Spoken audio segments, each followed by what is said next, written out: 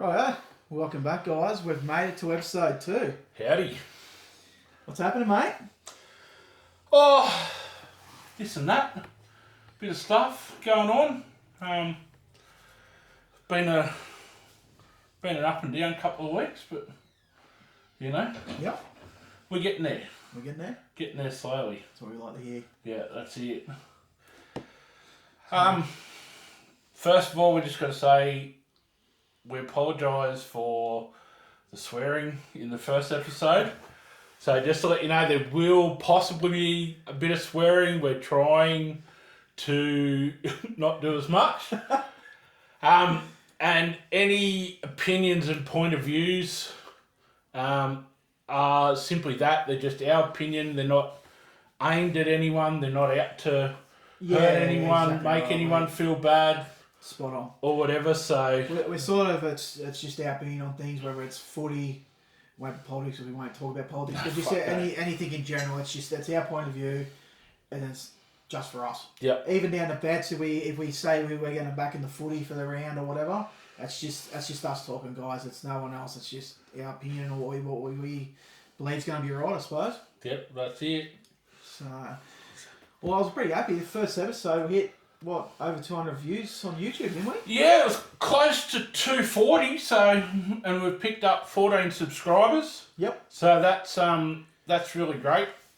People, like, we really appreciate the support, the help, and Yeah, definitely. everything like that as well. But just keep liking, keep sharing. Let's get the message out there. Exactly right. And the other thing too is you keep the feedback coming too, guys. We have got plenty of feedback from the first episode, which is excellent. But anything you do think, even the stuff we're posting on the Facebook page, if there's anything you want to see more of or anything less of, just let us know. Definitely. Like I said, these videos is going to be another unedited episode again today, so it's at one take and that's it. So that's the best. That's it. Trying to keep it authentic as possible. Exactly right. As we get down the track, guys, we might try and get a little bit fancy. I've got one of my mate Davies is going to help out a little bit, do a bit of an intro on that. Yep. But we've had a chat and we've made a decision to keep it as authentic as possible. That's what we're taking with it. And hopefully you guys are on board and that's what Plus you it keeps it simple for us. Exactly right. we press record, we press stop, and we slap it on fucking YouTube. That's it. Press download. Exactly right. Job done. Just a quick thing on the Facebook too. One thing we sort of want to try and help out to is small businesses. Yeah. So, because I was reading a thing the other day that if someone has a bad experience with something, Yep. they generally tell 10 people. Mm-hmm. Those 10 people tell 10 people, and those 10 people, so on. But if someone has a good experience, they basically tell 3 or 4 people. Yeah. Those 3 or 4 tell 2 or 3, and then they tell 1 or 2, and that's... Exactly right. So if you want to give a small business or something a plug, somewhere where you got good service, whether it be your local newsagents when you walk in to buy the paper or something, and they're always exactly smart right. manners, things like that. As most of your followers that we have got are local anyway, so we're good to promote those local people as well, and maybe somewhere like like you mentioned about your seafood down the coast. Yeah, well, I was going to say we'll kick it off. So I go down to Dora Creek to Steve's Mega Seafood down there. Mate, every time you walk in, the staff are always courteous, polite, they're upbeat, they're always smiling, happy. Yep. You never dread going there, and the seafood is always fresh. Yep. You never had, no matter what it is, they've always got a great variety, so, and they're just down at Dora Creek. Yep. Down there, but if you want to plug someone on the Facebook page, if you want to give people a shout out on here, don't forget too, we've got the email address, greenyandgrub@outlook.com. Yep. Flick us a message through there as well. Yeah, definitely. And we're more than happy, we're not trying to promote these big businesses. If we can get 1 or 2 extra people to go into small businesses, Yep. that could be the difference between them staying open and them closing the doors. Exactly right. And even if you are a small business and you got a stubby holder or something you'd like to stick in the background here, chuck it our way, guys. We're more than happy to advertise you and have you in the background. That's exactly right. So we've spent up a little bit already for Greeny and Grow. We bought some merch, haven't we? Oh, Captain Timu here. Look at this. Look at this bad boy, old Grow. Best $13 we've spent so far on old Timu. But we've spent, Greeny and I spent some money. We've got some stubby holders there. Stubby holders. If you can see it. Yep. There's bad boys. And what else we got there, mate? We've got some pens. Yep. And they're good, thicker pens too for fat-fingered sausage hands. And we have got ourselves some Coffee coffee cups too. So when we start doing a few more episodes during the week and that, because I personally don't drink during the week, so I'll sit down and have a coffee. And the number plates. Yep, got some number plates made up too. And my favourite, we got a bar runner. The bar runner. I'll put we'll put some photos up on Facebook. Yeah, we'll put some photos up, guys. We're not here to. We're not selling any merchandise as such. It's something we may look at down the track, but at the moment, sort of, once Shauno and I come up with some ideas, once we hit 500 followers, we might do a bit of a merch pack and do a bit of a giveaway on the Facebook page or something like that. Yep. But it's just basically a couple of things we're going to hand out here and there, just to get our name out there, basically. So, yeah, that's it on the merch front, mate. Well, that's it. So, how's your week this week? Good. So I've recently started a new job. Yep. So week 2 done and dusted. Not too bad. Settling in well. Obviously road transport still, so I'm pretty keen to keep going with that and see what comes of the job. So, but the rest of your week's been pretty quiet, mate. Quiet weekend. Haven't done much this weekend. So. Yeah, unfortunately, we had a death in the family of a very close family member, which was was a bit upsetting. But he had a good innings. He was a couple of weeks shy of 100.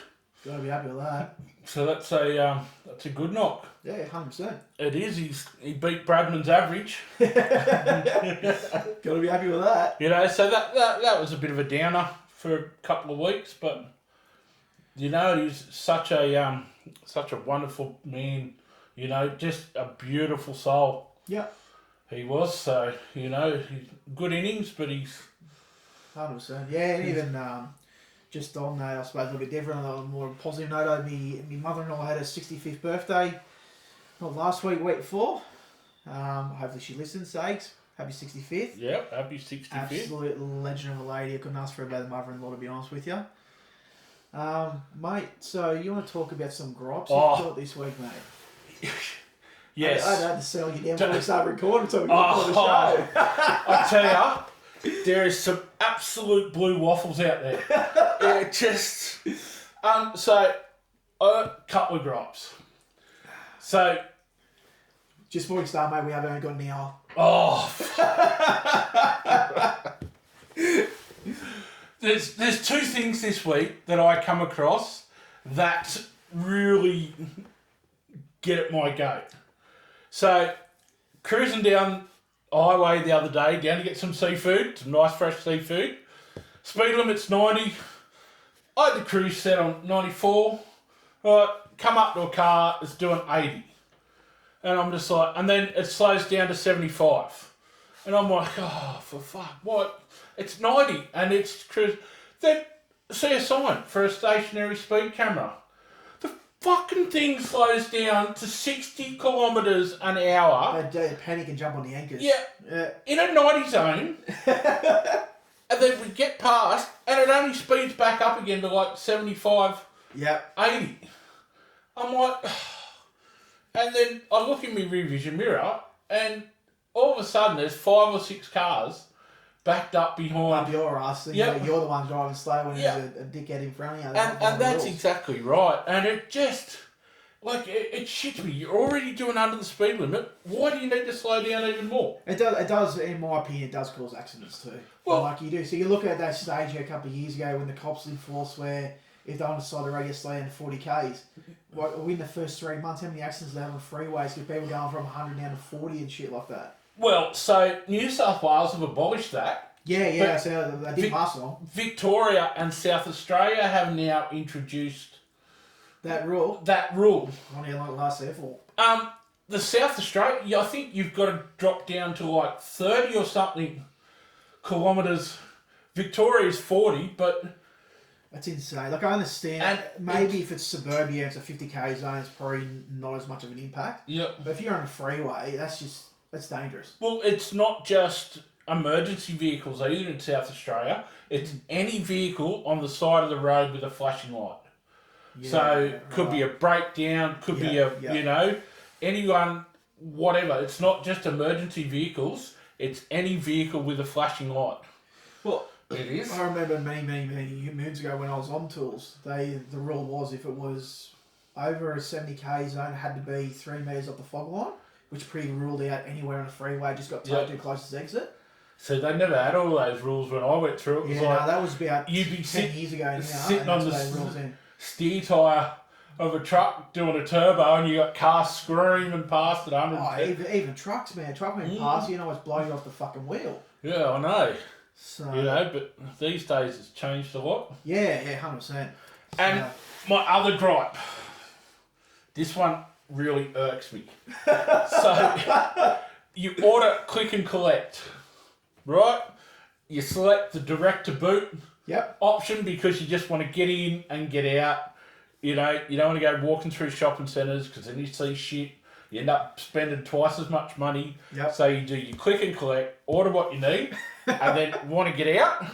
You pull into the direct to boot car park, which signs everywhere, and some muppet has parked in there to go and do their shopping or whatever, and then you've got to go into the shop and you say, "Oh, look, I've got to click. Oh, we've got that in the direct to boot." Like, well, there's some full parked. Yeah, exactly. You know, there's 3 metre by 3 metre signs everywhere, direct to boot. And a lot of them are painted a different colour on the ground too. Yep. They're painted red or green or yellow or to show or represent what it's fucking for. Exactly, and it even says on there, like, call this number. Yes. Open your boot. You know, so it's there's just some stupid people out there.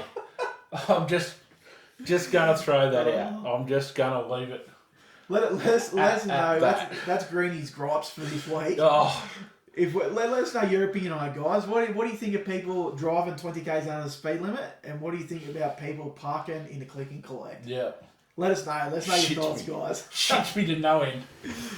Oh, fucking hell. I love it. I love it. Anyway, let's move on before I need a Valium and lay down.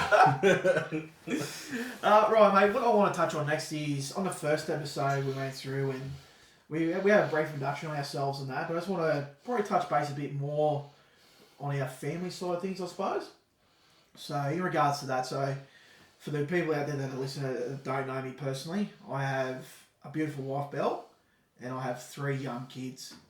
Jacob 13, Mia just about turned 9, and Noah just about turned 5. My 2 eldest kids aren't biologically mine; they're my wife's from a previous marriage. But I've raised Jacob from 4.5 and Mia from about 3 months old, and taking them in as mine. And at the end of the day, they're all we're one big fucking happy family. Well, and that's the not treated any differently. Thing too, we're all the same. The love they show you exactly as right. well is exceptional. 100%, and it's always been from the day I met Belle that they were never treated any differently, and this is the way it was going to be, like all one big happy family, and no difference at all down the track. No matter what, even once Noah come on, it was still everyone was treated exactly the same. So yeah, and you got to be complimented for that too, mate. Appreciate the way you said that. There's a lot of biological fathers out there that just they don't deserve the kids. Yeah, exactly right. And then you get blokes like you that step up and fill that role. It's not an easy thing to do. Like in saying that, Belle's made it really easy for me, to be honest, with like the whole transition and everything when we first met. But it's had a struggle over the years, I'm not going to lie, but overall it's probably the best thing that happened to me. And having my own young fella as well, or between Belle and I, our kid together, It's I wouldn't have it any other way. And that's the thing, like, you always refer to them as our kids. Correct. You know? Yeah. I've never not once heard you refer to them as Belle's kids or her kids or... Exactly right. Sis. You know, you've always referred to them as our kids, Yep. and that you've got to be commended for that. Yeah, no, thanks. Right. I appreciate that. You know? No, that means a lot. Like I said, there's a lot of deadbeats out there that... Exactly right, man. They don't 100%. do... You know, won't step up to the plate. 100%. Yeah, So my family take up a lot of my time if I'm not working with the family. We got a caravan, which I'll start putting up some adventures every so often. We get away as much as we can. So that's, I just want to touch briefly on that, mate. And so everyone knows. So you're going to join the slow drivers brigade? I am. Fuck. And one of your guys, mate, I'm going to make sure I see 20 k's over speed everywhere I go. I'm going to go and buy a bowl and that. And then me does. speed up when you get the overtaking lane. Oh, 100%. That's the way it's going to be, mate. Yeah, that's it. I drive a caravan now. It's my birthright. Oh, shit. Yeah. So what about yourself, mate? You want to touch a bit about your family? Yeah, well, I got two sisters. Single as a Pringle. You know, no kids. No, I've got two awesome nephews and one wonderful, gorgeous niece. You know, so that's pretty good, and I'm pretty close with mum and dad. We've always sort of been a bit of a close family and stuff like that. So, you know, like mum comes from a fairly big family, dad not so much, so... Yeah, well, you're right. You know, we're sort of a lot closer to dad's side of the family, purely and simply because I've only got the three cousins on dad's side. You know, and we've always sort of, up until adult life, like never sort of lived too far apart. And things like that. But yeah, family's always been a big part of, you know, who we are and what we do and I suppose it's what we do. It's the way we've both been raised, mate, hasn't it? It's been the Aussie way of life. We've both lived, haven't we? Yep. So, on the same boat, my old man's one of 12, I think it is, and my old girl's one of 4. So yeah, we'll see that. Mum's one of 10 and dad's one of 3. So dad's a no, man. He's a Queenslander, so we don't talk during Origin period, unfortunately. and he also supports Fords too, so he's got plenty of handbags. Well, he got one out of 2, right? He's 50% of the way there. But just while we're on family, big shout out to my nephew and his boys, the under 12s for the Wildfires. Yep. Plays rugby, so the Wildfires, the Newcastle rep side. They played in the state championships up at Tuncurry last weekend, and they won the plate final. Oh, took it out. Took out the plate final, so I think Penrith won the state cup overall, but they took out the plate final. There was, I think there was 12 or 15, but I think there was about 15 teams from all over New South Wales. So it's quite a large tournament then. Yep. So it was, you know, they were pretty happy with that result. So took out the plate. So you know, that's a bit of silverware for him already, and got to be happy with that. Yeah, I got to give a shout out too to his mum and dad. Well, both of the boys, the mum and dad, they're you know, they always take the time out to make sure the boys get to go to these sporting things and you know do what they want to do and it's always busy, man. It's always busy. Stuff like that. So you know, shout out to them. That's exactly right. Well, my shout out this week is to my daughter. So my sister, who was supervising her at the park, thanks Mel, decided to push her off the flying fox. No, I'm joking. I'm joking, Mel. No, my sister took Mia to the park and she had a bit of a fall off the flying fox, which was about 2 metres high, the platform off the ground. Had a bit of a fall and come down her right arm and broke her arm. Well, that's so good. So 6 weeks in a cast and go back and double check, and the way she's broke it, if it doesn't heal a certain way, she'll go and get operated on. So fingers crossed, it heals okay. At least it was the end of holidays, and not the exactly start. Right. Yeah, you're right. Yeah, you're very valid point there, man. At least we can kick her out the door on Tuesday back to school and go, see you later. Yeah. Actually, just quickly, speaking how dangerous some of these parks are, Yeah. a couple of years ago, my sister had the boys down at a park, and there was this fucking swing thing that went round. Yeah. Anyway, she got clocked in the head. Your sister did? Yeah. Oh, shit. Split up. Holy shit. It did. It just, it's... But and that's the thing, right? There's no signs up. There's no warnings or nothing, is things there? like this. It's just. It's like when we were younger, you had the old metal slippers. Remember that? Oh, they got to about 80 degrees. Yep. And the fucking things that went round that, you had a little bar onto it. The smaller one went straight off first. Yeah, you'd be swinging as high as you can on the swings, and then you jump off. You jump from about. That's probably why I'm scared of heights now. Yeah, no, got the same problem there, bro. Petrified of heights. Can't stand it. That's funny. Keep me feet on the ground as much as possible, man. Mate, I get vertigo 6'3" up, and, stand on a safety step, and I'm like, we're done. Yeah, done, dusted, that's mate. enough. We're done. Yeah, I've got to get half my legs cut off to get back down. That's it. Well, I suppose we better get on to some serious stuff. We should. Now. Footy this week. Footy. Oh. Where do we start? Again, controversy. No. There's no controversy in NRL, mate. What are you on about? Yeah. I swear to God, nobody at the NRL knows what the meaning of consistency is. Yeah, it's definitely, on a serious note, they are.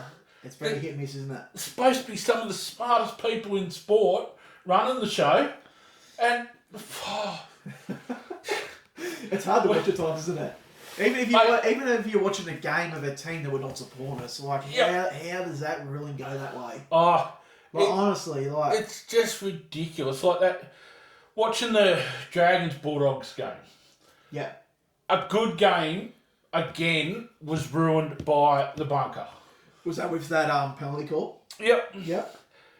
So I forget, it was one of the Bulldogs players. Pretty sure. Carraz. It was Carraz. Oh, Carraz, yeah. He was getting up to play the ball, and he put the ball on Leilua's leg and dropped it. Ref on the field went, no, drop ball, blah, blah, blah. Captain's challenge. Yeah. And the bunker says that Leilua encroached into the ruck with his leg and caused him to knock on, basically. Bulldogs go down, score a try, win the game. Yeah. But it just, I don't support either team. Yeah. But it was, up until that moment, was a good game of footy. Yeah, exactly. To watch. Yeah. It was solid. It was, I thought. Yeah, the ref even really kept the whistle in his pocket and everything. He did. It was, Andrew G was having a good. Yeah. Or whatever his name is, was having a good game with the whistle, and it was a good game to watch until the bunker intervened. Yeah, as always. Again. It's like like the Raiders game with the Fogarty 40-20. Oh, that. At first glance, do you feel quick one on that? Do you feel the bunker should be able to get involved in those decisions, or should be sticking with a touchy decision? No, because they're not allowed to rule on a forward pass. Yeah, correct. So how can they rule on where the football crosses the touchline? Yeah, you're right. Yeah, I agree with you there. They can't rule on forward passes. Yeah. But they can, to me, unless there's a camera angle that's going straight down the touchline, and it shows where the ball lands exactly in line with where the ball crosses the touchline. Because I think from memory, the lady in the bunker said she was going off the marker off the side of the field or something. Yeah. Goes going off the camera view of the bunker marker, like the field marker here. We deem it as it's not a 40-20. But okay. that marker's 2 metres outside the sideline. Yeah. Exactly. The touchy, he called it a 40-20. Yeah. At first glance, I probably didn't think it was. Yeah. But, you always, us playing footy growing up, everything like that, you always went off. Yeah, exactly right. What the touchy and that says, and what the ref says, and things, you didn't have a choice. If you back choke, you know you're getting strike for things like that. But if she can rule on that, then why can't they rule on forward passes? Especially when over the years there's been so many blatant forward passes that they can't do nothing about because they're playing in a live fucking footy, man. NRL to NFL. Yes, that's literally like that, hasn't it? Someone made You know, so yeah, it's just, and it's little like that didn't affect the outcome of the result, but then we get into finals where something like that could be the difference between a team moving on to the next round. Well, what if that's in a prelim game between Canberra and Roosters, hypothetically, and it comes in and it's 20 all or 20-18, and it does decide the game, and for them to make it to the grand final, like. Yep. That's it. They're just the lack of consistency. You know it is. Right? It's a big issue with consistency 100%. in the NRL. Well, you look at another one from this weekend is the field goal brush in the Manly Storm game. Like, mate, my mum's hit me harder than that. Exactly right. You know, I've been belted by mum harder than that. Exactly right, man. Like it's almost like it's a fucking hard one. It's almost like they expect the players to be able to just disappear into thin air. Yeah. They got to draw a line somewhere in the scene. Like, I understand they're trying to make it black and white, but that's going too far. That's the problem. Way. It's not black. There's too much grey area in. Yeah. There's too many rules open to interpretation. Because all that's going to happen, man, there's going to be no pressure put on field goal conversions anymore. No, that's what will happen. Yep. Because they're 40 metres out. They try and take him out and give away a penalty, and they get in front anyway and win the game. Literally, Harry Grant was half in the air. Yeah. And as he's come down, he's brushed Luke Brooks' leg. Yeah. Like, I understand if he's diving at the legs, if they're tackling at the legs while they kick, but he was literally jumping up and he came down to try and stop, and he came down and he brushed his legs. Like, Luke Brooks didn't even lose his footing. I remember there was actually one at the start of the year. It was Bulldog. It was kicking out on someone. It was like round 1 or 2. And he literally was staying there, and it might have been Cherry Evans even. And literally it was like he come down and brushed him. Like he made the contact with kick out, and it was immediately penalty. Well, there was another one too where I forget who it was, but they actually charged the ball down. So the ball hit. They come in. Ball hit their hands. Yeah. Charged the ball down, and as his hands were still coming down, he touched the leg of the kicker, and it was a penalty.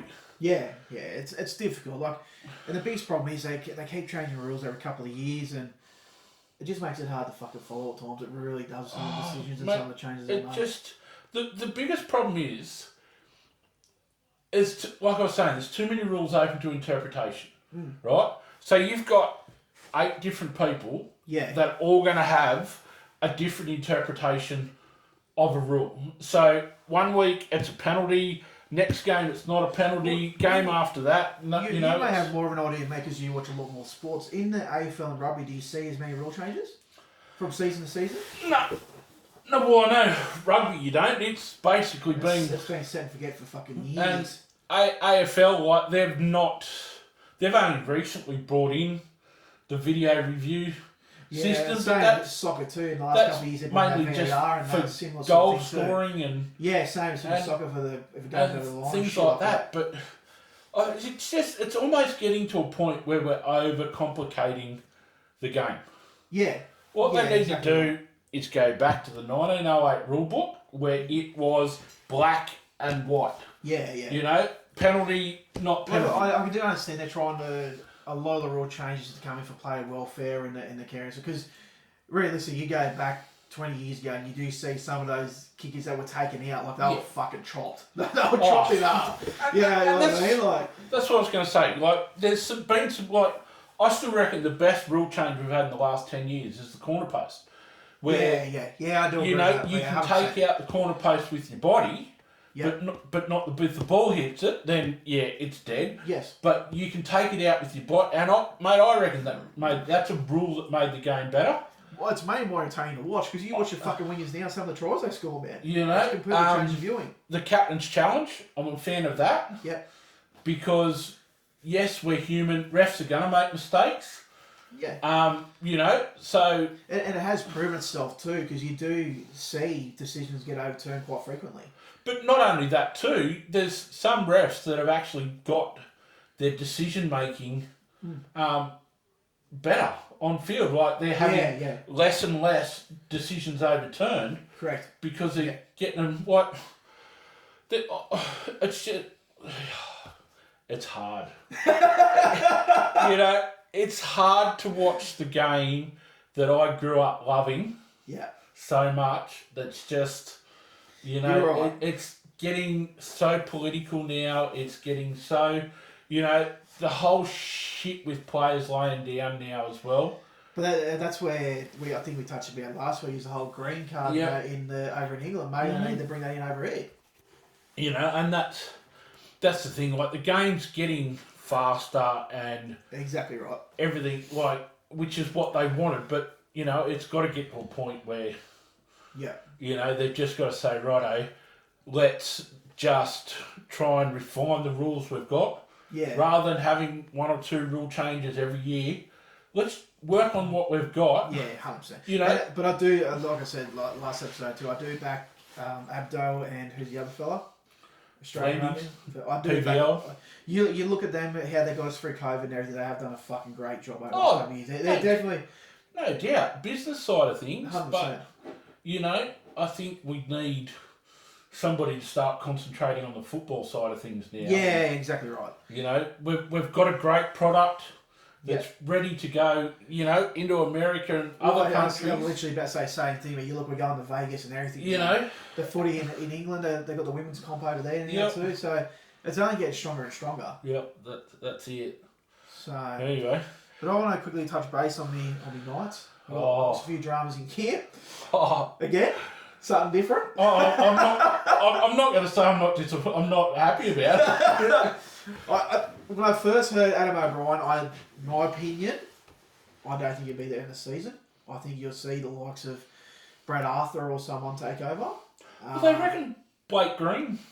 Assistant coach at the moment, yeah. And, righto, so, two things. Your Knights, like your blue and red heart, Knights through and through. If there's been one thing about the Knights all year everyone's complained about is their attack. Correct. Their lack of attack and stuff like that. So someone says to you that the favourite to take the head coaching job is the current coach who's in charge of attack. He's not. Blake Green? No, Willie Peters is the attacking coach. Willie Peters is in England. Isn't Willie Peters the attacking coach? No, Brian McDermott he's the defensive coach. Sorry, you're right. So the Knights... I thought Willie Peters was still there. No, the Knights have got the best defence in the NRL defending their own try line. Yeah, 100%. I think we're 6th overall for fucking points conceded for the year. Yeah. But we just can't fucking score them. Exactly. And he's the bloke that they want to take over the... Yeah, that's not going to happen.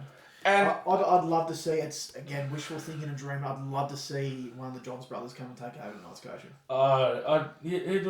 You'll never see one of the Johns brothers a full-time NRL coach.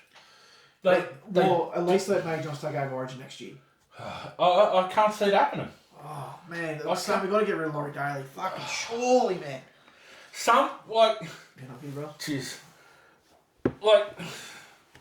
So the other thing I want to ask about the Knights, right, is this whole Cherry Evans fiasco. So with all the rumours floating around that Kalen Ponga's not going to be there next year and all that sort of rubbish, do the Knights take the money that they pay Ponga and throw it at Cherry Evans for a 1 or a 2 year deal to get him up there till the younger players come through and... We've wasted that much money on a player who's probably not going to play NRL again this year in Dylan Brown. Mm-hmm. Or if he does play, Rolls is coming out, so he's going to probably play hooker or lock. Like, we've already made one mistake, why would we make another? So how does that make you feel that he's turned his back on the club that he's going to already? Because he was offered to come up to Newcastle before June 30. knowing full well that he was probably going to spend the rest of the year playing New South Wales Cup. Yeah, exactly right. And he's like, I'm going to see out the It's contract. very, very, very disheartening knowing we've spent that sort of money on a player to come and lead our team for the next 10 years, and he's already shown signs he doesn't want to be there. In my opinion, that's what it looks like. Yeah. Like, why wouldn't you want to come up here early and find your feet? Like, the realistic Knights are battling for the wooden spoon, so we're not going to make the finals this year. But where do we push? Like, well, they're going to be stuck with Dylan Brown for at least 7 years. Yeah, because there's a get-out clause in the 7th year and the 8th year of his 10-year contract, and they're both in the club favour. Yeah. So you're going to be stuck with him for 7 years. Exactly right. Like, and we've just lost one of our young fellas too, because we signed Dylan Brown and Vitano, his name, he's just on Melbourne Storm. Yeah. Like, he signs on Melbourne Storm for a reason. Like, Melbourne don't just sign anyone, do they? No, that's right. And you get players that stay at the Melbourne Storm, you know, for years in the system. For years. Well, you look at young Jonah Peasant, for example. Yeah. He's chosen to sign you to 2-year deal and stay behind. Obviously, there's decision and clauses that can go in his way, but he's made a decision to stay in the Storm system for as long as he can, and why wouldn't you? But I mean, AOB's not the only coach that's under pressure. Like, you're right. 100%. He's gone at the end of the year pretty much. Desi's gone. Yeah, the runs are in the wall there. I think Todd Payton's not far behind him. I think, in my opinion, I still think he's probably got to be a support up there. Yes, this year hasn't turned out well for him. But what about last year? They only just scraped into the finals last year. Yeah, you're right. You know? You're right. And I haven't really... They've let Reece Robson go. Yes, they've signed Reid Marnie for 3 or 4 years at the moment. But they haven't really made any big signs yet. Talon Muller's come to the end of his career. Like, that's not a like-for-like replacement, though. No, and you're 100% right. It's not. You got a New South Wales hooker. Yep. You let go for a 3rd or 4th choice fucking Queensland hooker. Yep. Like, you're 100% right. It's not a like replacement, is it? But, you know, so I think Payton's under pressure. I think Seabold just bought himself another week with the win against Melbourne in Melbourne yesterday. But I think they're sitting not too bad in the ladder. Are they coming about sitting about 9th or something at the moment, aren't they? Yeah, but I mean, every man and their dog had them picked for top 4 at the start of the year. Yeah, you're right too. Yeah. With the roster they had, and you know, and this is what Seabold's 3rd year. Yeah, it wouldn't be far off. The 3rd year there, so. You know, there's no hangover from an old roster. What do you reckon will happen with Wayne Bennett if Rabbitohs get the wooden spoon? Mate, it's Wayne Bennett. Yeah. But the thing, right, so everyone says, injuries and all that sort of stuff this year, but Souths, right? Their New South Wales Cup side is coming second last. Oh, really? Their Jersey flag side is coming last.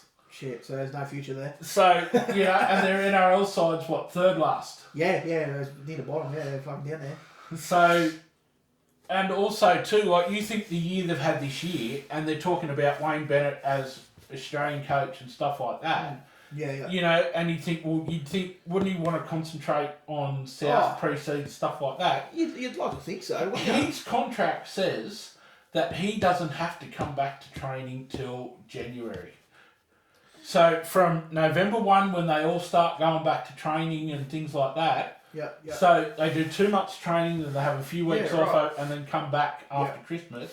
So that first couple of months, your head coach does not have to be there when you're coming off a season like this year.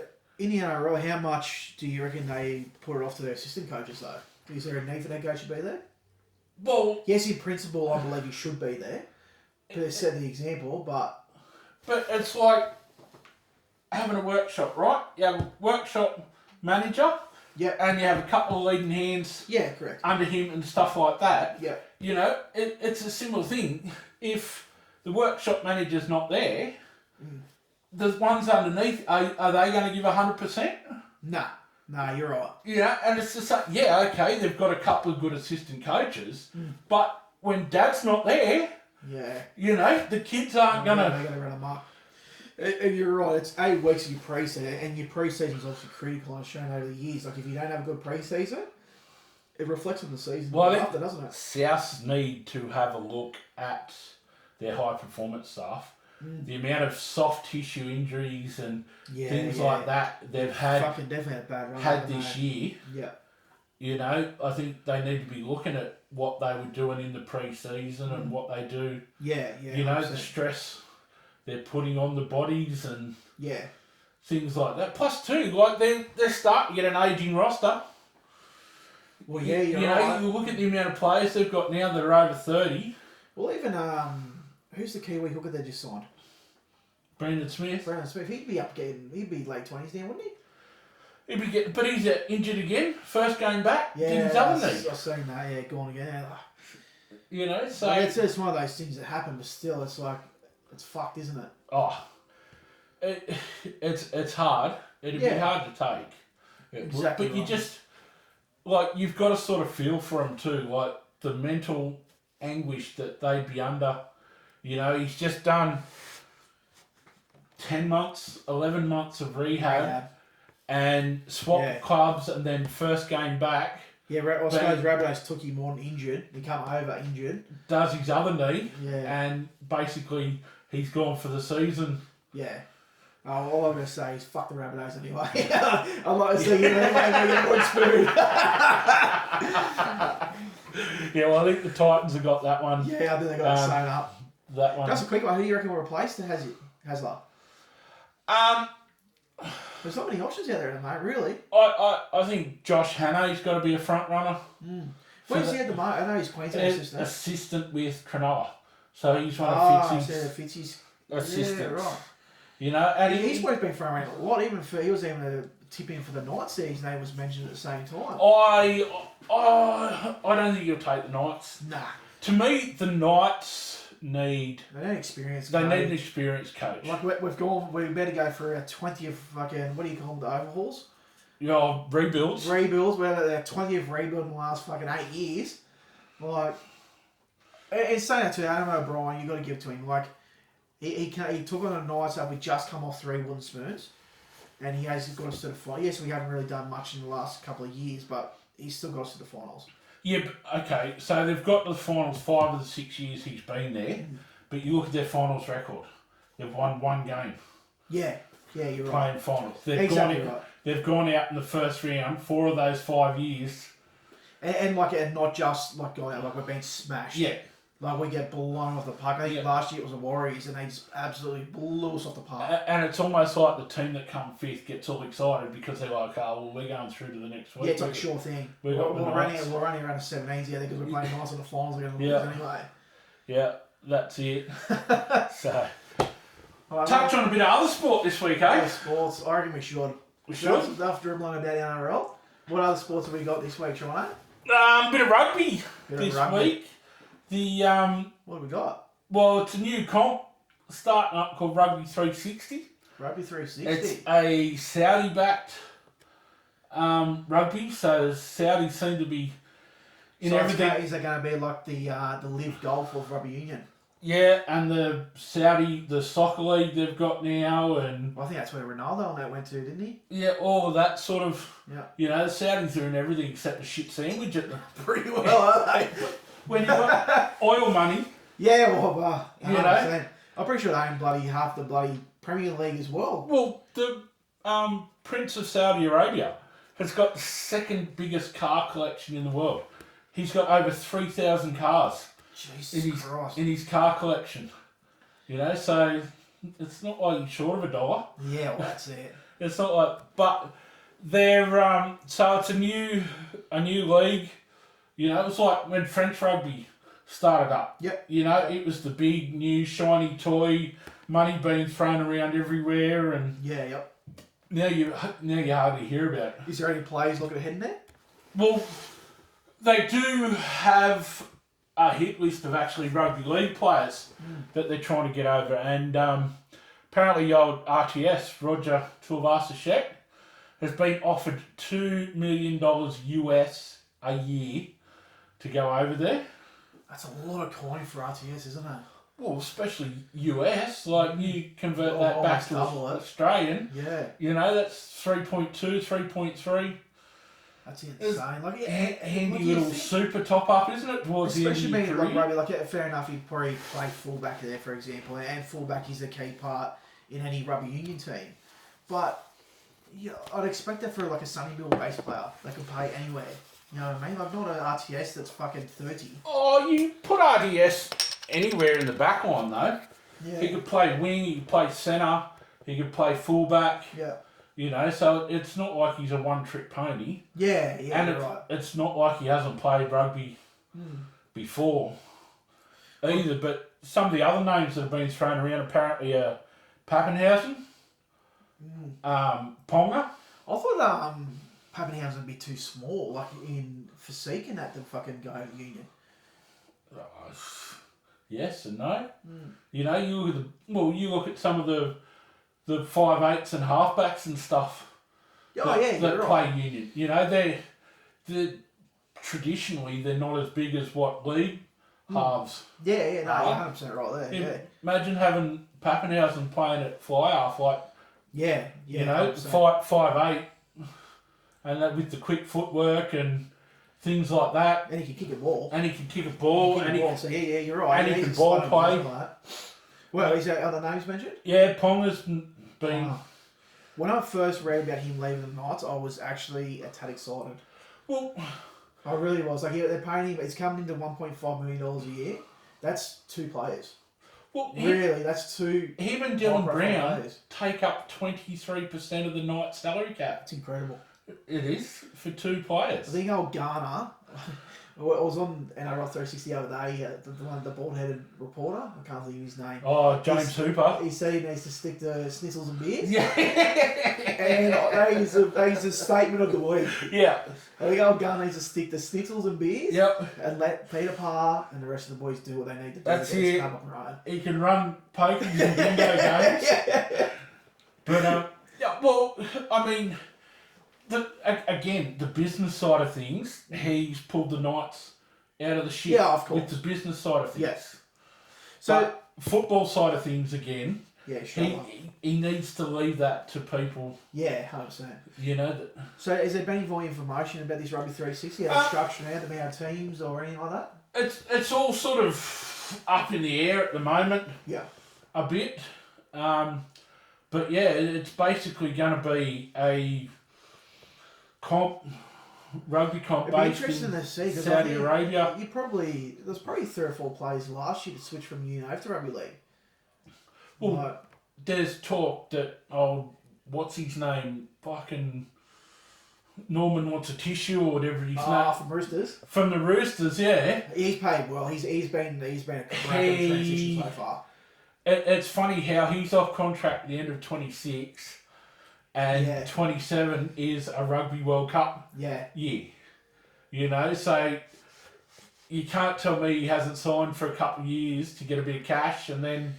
Well, Because he's always said that he wants to play in a World Cup. Yeah. Well, I know Australia changed their ruling in rugby a couple of years ago, so you could pick players from Europe and that. Because Yep. go back in, like, I'll use like mid 2005 now, for example, when you had Matty Rogers and Sailor and like there. Matt Giddo left and went over Europe and played, and he couldn't get picked. Yep. He wants to play for the Wallabies. But they've changed that ruling now, so it's probably opens up the door for the Super Rugby players in Australia to go over and cashed up, really. Yeah. It'll be interesting to see the effect it has on the Rugby 15 comp. Well, that's the thing. You know, what... Does New Zealand still have that rule in place? You have to play in rugby at the Super 15? Nah, you don't have to play in Super So Rugby anymore with them. So it's like the old Saudis going, well, rub our hands together. Now they've Australia and New Zealand have changed their ruling. They're going Here's our comp. They're going to decimate every other rugby comp I can see it now. around the world and just handpick the best players out of every other comp. Yeah. And it'll be like an international game every exactly game. Right. Be an international game. Because I can't see Saudi Arabia themselves putting a team in. Because Oh, it already did, but they do this to generate interest. yeah, of course. You know? Yeah. Generate interest, bring in more money into their country, and you know, it's not like they're selling billions of dollars worth of oil a day. Yeah. You know? Yeah, exactly right, man. I suppose too we should probably touch a bit on the golf. Yep. As well, British Open. is I on haven't actually heard much about this week, to be honest. Oh, what's his name? Scotty Scheffler. Oh, Mate, yeah. absolutely blitzing him again. He's Killing it. four strokes ahead after 3 rounds. Jesus. He shot, what did he shoot? 7 under par round for his second round. He shot 4 under last night, but most of the Aussies didn't even make the cut. Yeah, really. I think Leishman and who was the other? I think there was only 2 out of the 6 or 7 that. Yeah, Cam Smith and that's over there. Is he travelling? Yeah, didn't make the cut.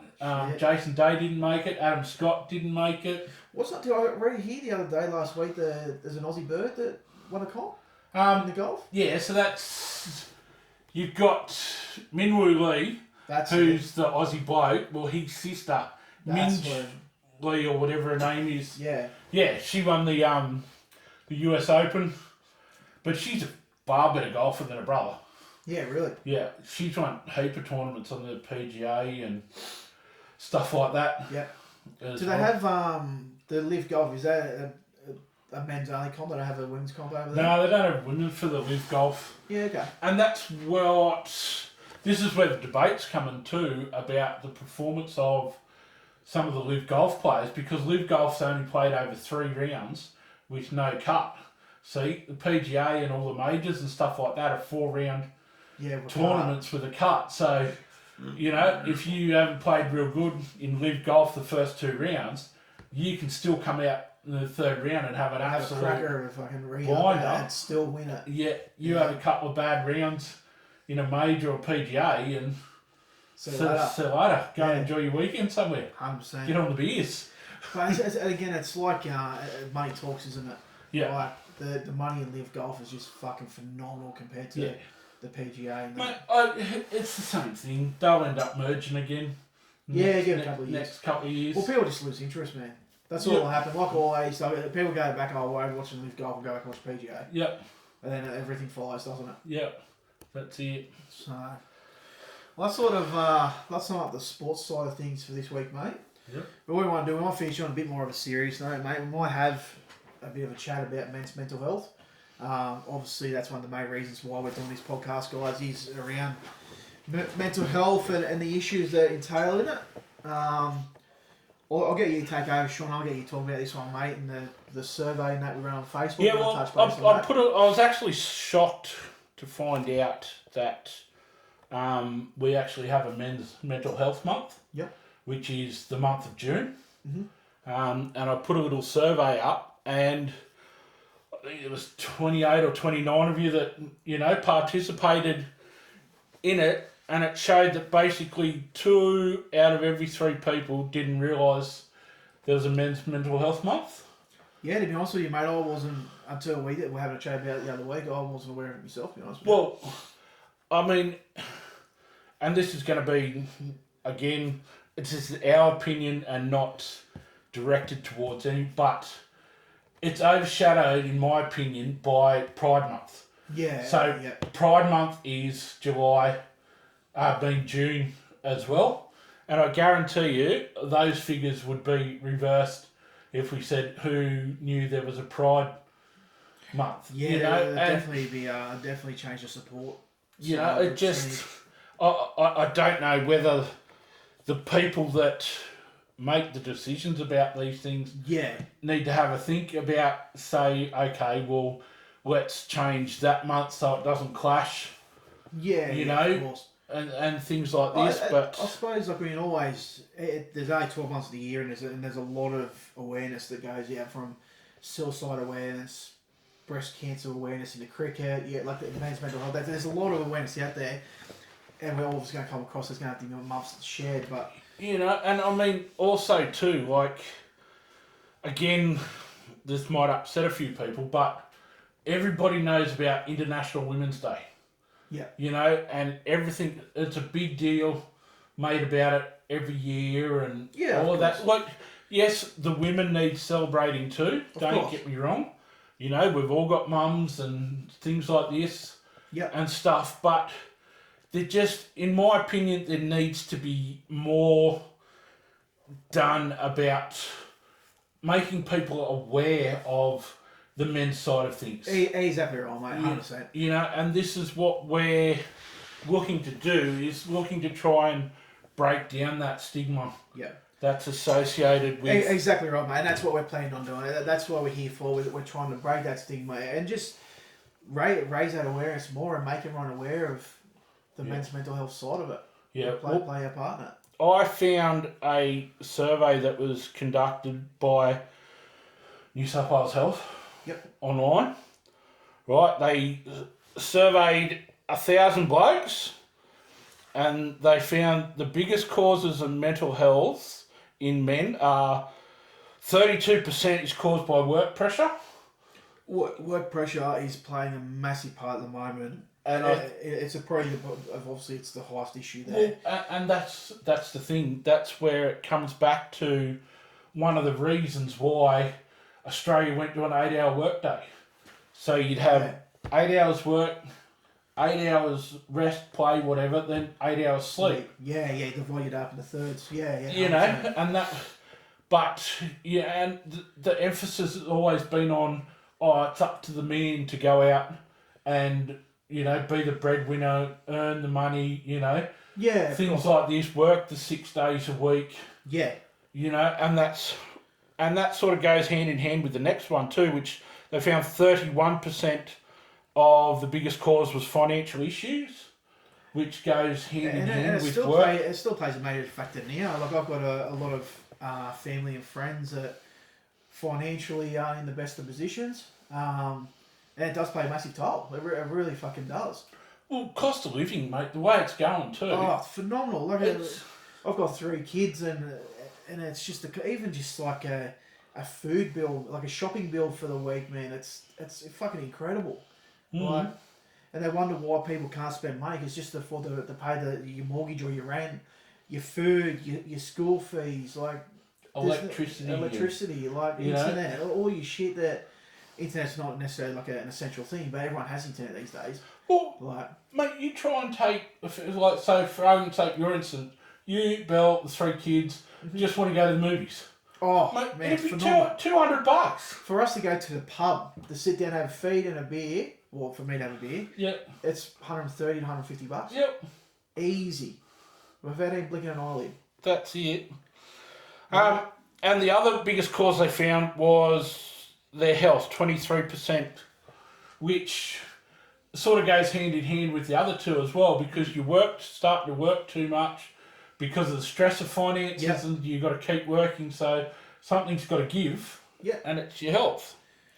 So they also found that 40% of the 1,000, so that's 400, said it would take thoughts of suicide or self-harm in order for them to think about seeking professional help. Well, by the time you get to that stage, you know, it's serious. It's serious. And this is why we're doing this, guys.